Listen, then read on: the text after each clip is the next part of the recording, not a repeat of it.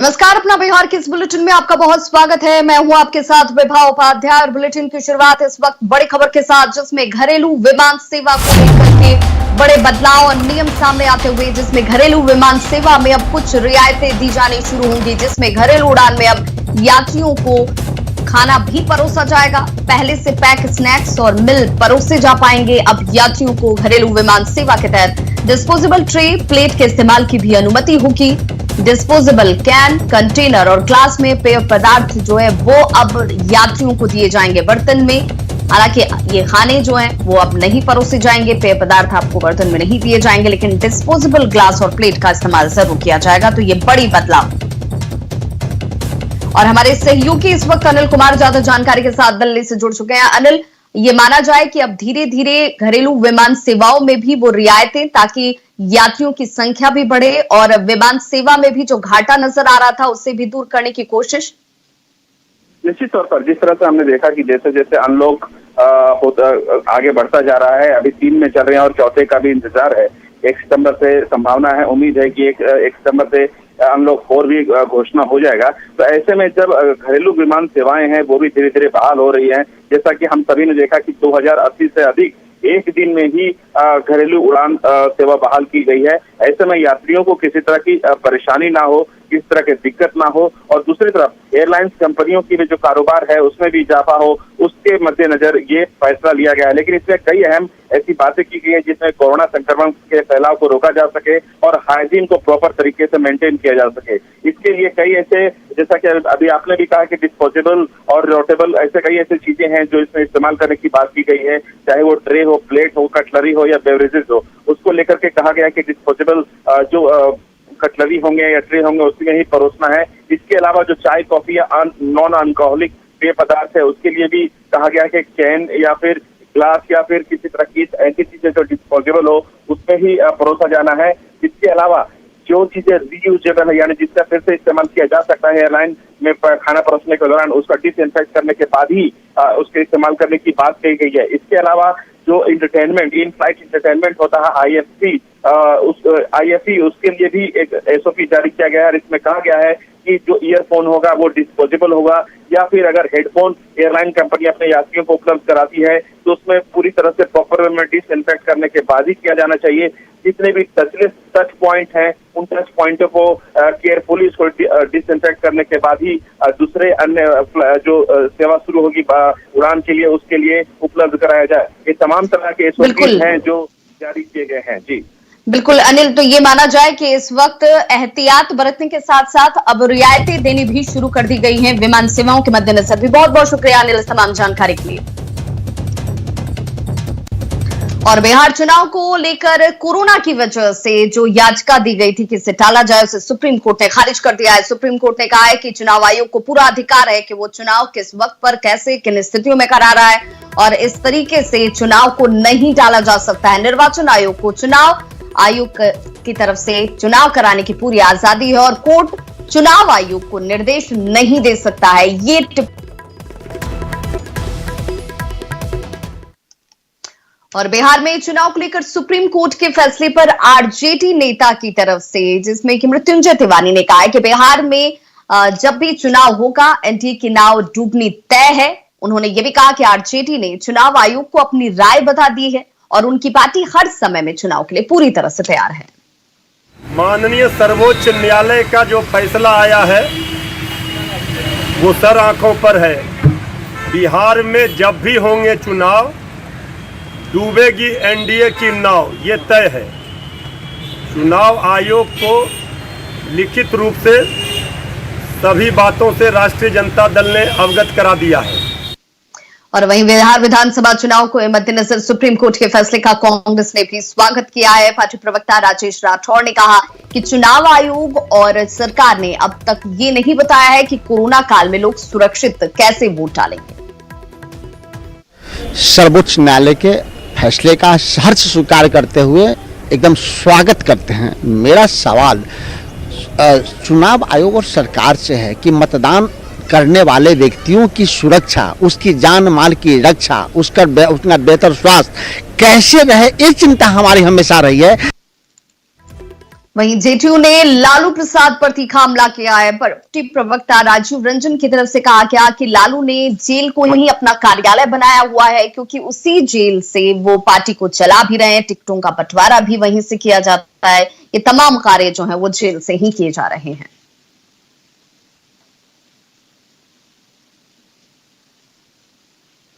Jail से ही अपनी party के उम्मीदवारों का भाग्य तय कर रहे हैं, फैसले ले रहे हैं, चुनाव के संचालन के संबंध में निर्देश दे रहे हैं। जो रूटीन राजनीतिक कार्यवाहियां हैं उसमें भी उनकी दखलंदाजी रांची से बदस्तूर जारी है। वहीं जेडीयू नेता संजय सिंह का यह दावा है कि आरजेडी के कई ऐसे नेता हैं जो इस वक्त अप्रोच कर रहे हैं जेडीयू में शामिल होने को लेकर, और हर दिन इसकी सूची जो है वो लंबी और बढ़ती जा रही है। उन्होंने कहा है कि आरजेडी के कई बड़े नेता भी नीतीश कुमार के साथ कदम से कदम मिलाकर चलने को तैयार हैं। जेडीयू नेता संजय सिंह से बातचीत की हमारे संवाददाता अमित कुमार ने। आधा दर्जन विधायक तो राष्ट्रीय जनता दल छोड़ के जदयू में शामिल हो गए। कितने लोग की सूची का जो है लाइन लगा हुआ है। बड़ा बड़ा चेहरा भी जेडीयू में आएंगे। बिहार की जनता जो है ना नीतीश कुमार जी के साथ है। अनवरत बिहार की जनता नीतीश कुमार जी को आशीर्वाद देने का काम कर रहा है। कि गलतफहमी में लोग न रहे, आने दीजिए समय, इनका जमीन खिसक जाएगा। इतने बड़े बड़े लोग आएंगे जेडीयू में राष्ट्रीय जनता दल छोड़ के। वहीं मुख्यमंत्री नीतीश कुमार के साथ जीतन राम मांझी की मुलाकात होने के साथ ही राज्य की सियासत जो है वो बेहद गर्मा गई है। आरजेडी और कांग्रेस के कई नेता ये कह रहे हैं कि महागठबंधन से जीतन राम मांझी के जाने से महागठबंधन पर कोई फर्क नहीं पड़ने वाला है। हालांकि इस कांग्रेस के वरिष्ठ नेता सदानंद सिंह ऐसा नहीं मानते हैं। इनका कहना है कि मांझी के जाने से तकलीफ हुई है, जबकि जेडीयू मांझी को लेकर बेहद उत्साहित है। गठबंधन से कोई भी घटक दल निकलता है तो वो तकलीफ दे है। इन्हीं का निकलना दुखद है। थोड़ी बहुत तो कमी आती ही है। एक संगठन कई दलों का बनता है तो मजबूती आती है। महागठबंधन से बाहर होने का मामला है मांझी जी का, तो ये गठबंधन जब बना था तो उस समय भी ये नहीं थे। हम लोग आरजेडी और कांग्रेस और जदयू मिल के लग रहा तो ऐसे भी गठबंधन से बाहर थे। जीतन राम मांझी निसंदेह बिहार के बड़े नेताओं में से एक हैं। दलितों और महादलितों के बीच उनकी लोकप्रियता है। एनडीए के साथ अगर उनका रिश्ता बनता है तो निसंदेह एनडीए की शक्ति संवर्धन में इससे इजाफा होगा। तो देखिए, जैसे जैसे बिहार विधानसभा चुनाव की सुगबुगाहट तेज होती जा रही है, वैसे वैसे नए चेहरे कह लीजिए, नई नई पार्टियां कह लीजिए, वो चुनावी मैदान में उतरते हुए भी नजर आ रहे हैं। मुजफ्फरपुर में चुनावी गतिविधियां तेज होती नजर आ रही हैं। कुछ लोग निर्दलीय तो कुछ छोटी पार्टियों में अपनी संभावनाओं को तलाश रहे हैं। इन लोगों में कॉमन बात यह है कि इनके पास कोई चुनावी एजेंडा नहीं है। सिर्फ मौजूदा सरकार की नाकामियों को गिनाकर ये अपनी चुनावी वैतरणी पार करना चाह रहे हैं। गरीब जनशक्ति पार्टी और राष्ट्रीय जनज पार्टी के लोग भी वर्तमान व्यवस्था के खिलाफ आक्रोश को भुनाने की जुगत में लगे।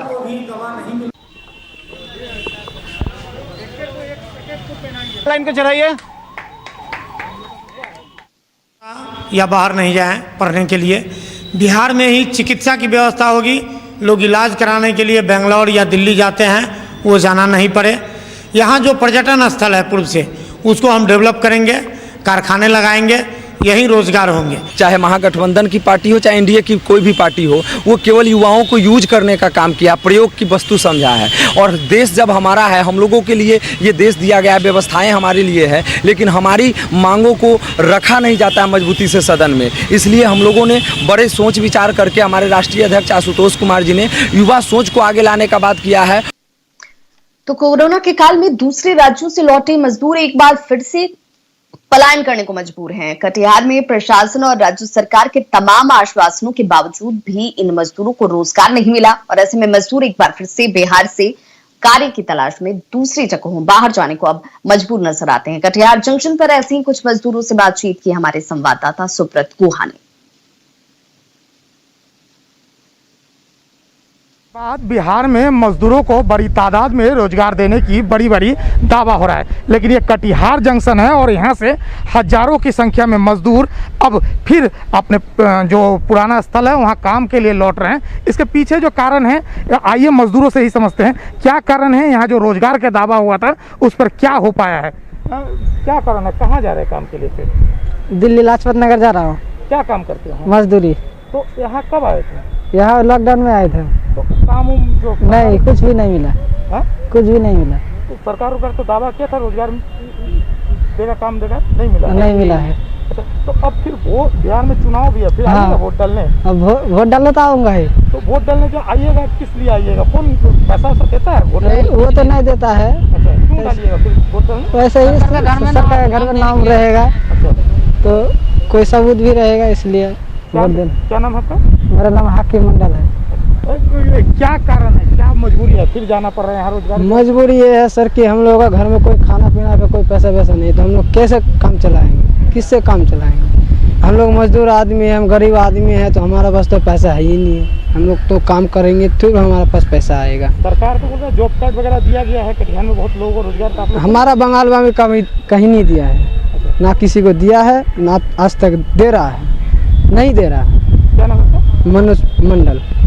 तो देखिए, सरकार का जो दावा है वो धरातल पर अभी भी किस स्थिति में है, इसका जो नमूना है ये कटिहार जंक्शन से पता चलता है। हर रोज हजारों की संख्या में मजदूर फिर अपने जो काम मिल रहा है वहाँ लौट रहे हैं। कुल मिलाकर सरकार का दावा हवा ही लग रहा है। सुब्रत, न्यूज़ 18 कटिहार।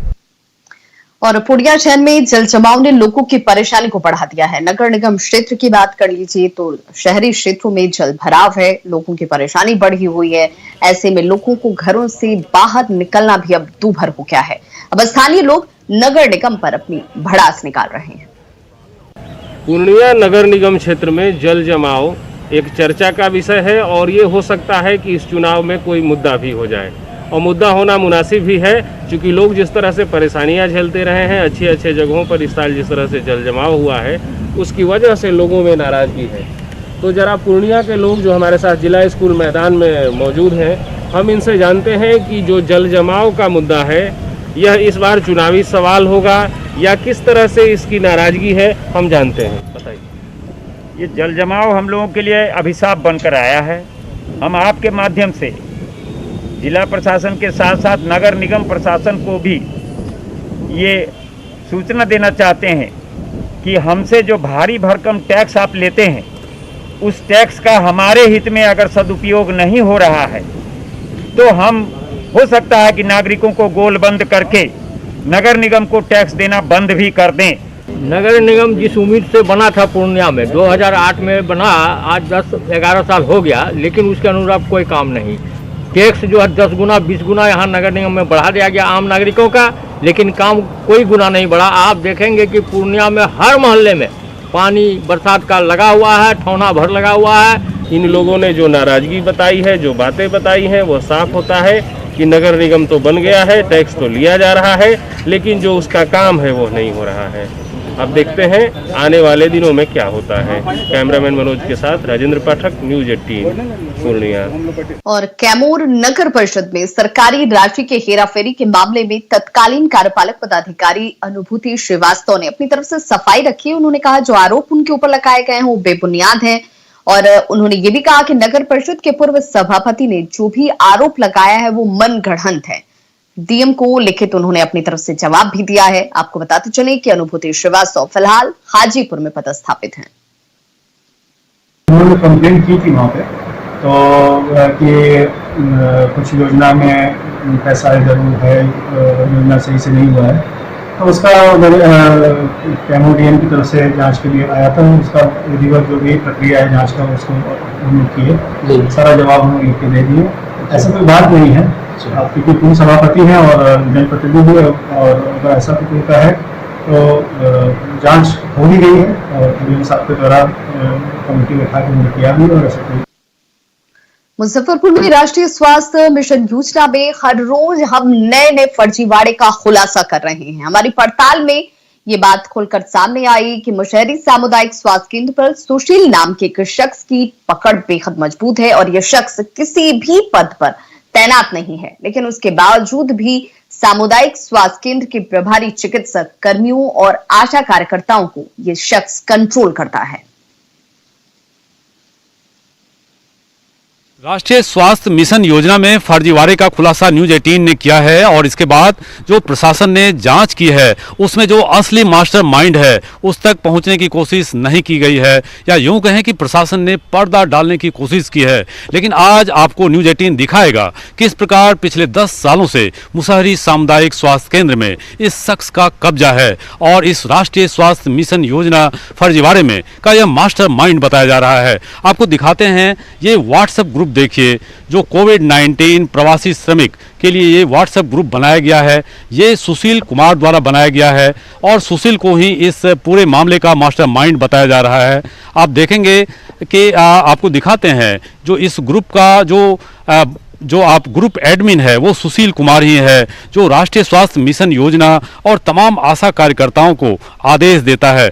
आप देखिए इस ग्रुप में जो 39 लोग जुड़े हुए हैं उसमें मुसहरी सामुदायिक स्वास्थ्य केंद्र के जो प्रभारी हैं उपेंद्र चौधरी, डॉक्टर उपेंद्र चौधरी वो भी इसमें हैं और इस तमाम डॉक्टरों को जो प्रभारी डॉक्टर हैं उनसे समेत जो दूसरे कर्मी हैं डॉक्टर्स हैं उसको ये आदेश दे रहा है सुशील कुमार। तो आखिर कौन है सुशील कुमार, ये बड़ा सवाल है। मुजफ्फरपुर की जो जांच टीम है एडीएम के नेतृत्व में 4 सदस्यीय टीम ने न्यूज 18 के खुलासे के बाद जांच किया है और इस शख्स का नाम उस जांच रिपोर्ट में नहीं है, लेकिन जांच टीम ने कहा है कि एक शख्स और है जो इस पूरे खेल में शामिल है, लेकिन अब तक पूरी जांच नहीं हो पाई है और यही वजह है कि इस तरह के मास्टरमाइंड जो सुशील नाम का शख्स है पूरे राष्ट्रीय स्वास्थ्य मिशन योजना फर्जीवाड़े का मास्टरमाइंड है। इसी के इशारे पर मुसहरी पीएससी चलता है और तमाम आशा कार्यकर्ताओं को भी यह हैंडल करता है। ऐसे में इस हैंडलर की तलाश है ताकि पूरे फर्जीवाड़े का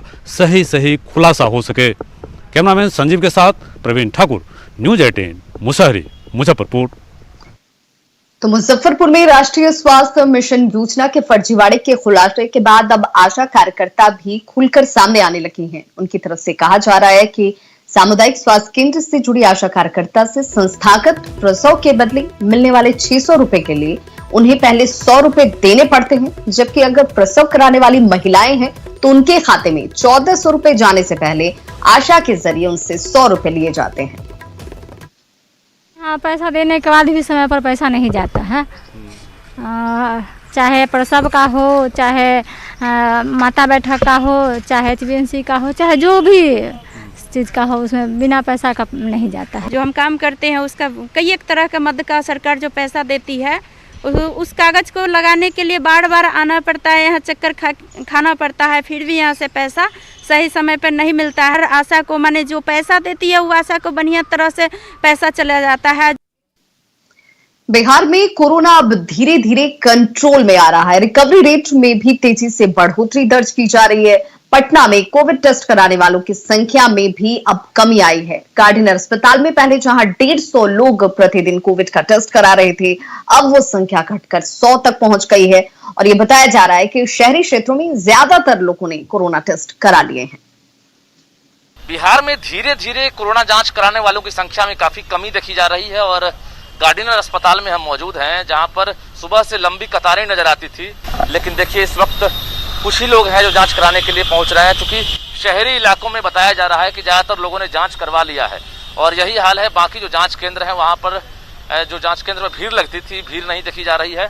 और देखिए कि कोविड सेंटर जहां जहां है वहां पर किस तरह से लोग अभी जो है आसानी से आकर पर्चा कटवाते हैं और जाकर सैंपल दे पाते हैं और तुरंत जो ट्रूनेट मशीन है जो खासकर एंटीजन किट है उसके माध्यम से जो है लोगों को तुरंत रिपोर्ट मिल जाती है।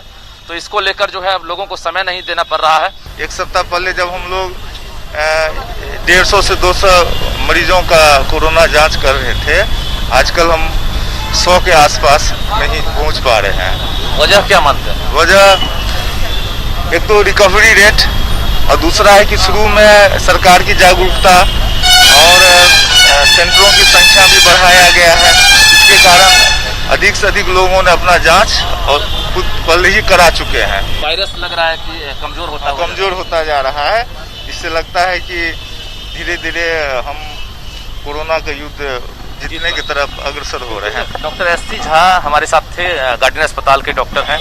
इन्होंने बताया कि धीरे धीरे जो स्थिति बनती जा रही है, लग रहा है कि कोरोना पर बिहार जो है जीत हासिल करेगा। निश्चित रूप से बता दें आपको कि 18,000 महज अब एक्टिव केस बिहार में बचा है, जबकि जो रिकवरी रेट है वो बढ़कर 84% से ज़्यादा पहुंच गया है। तो ऐसे में जो जांच कराने वाले लोग हैं उनकी संख्या में भी कमी आ रही है और धीरे धीरे कोरोना को लेकर जो हालात बनी हुई थी वो सामान्य होती हुई नजर आ रही है। कैमरामैन मनीष जुनेजा के साथ रजनीश कुमार, न्यूज़ 18 पटना। तो खबरों का सिलसिला लगातार जारी, आप देखते रहिए न्यूज़ 18 बिहार झारखंड और अपना बहुत ख्याल रखिए।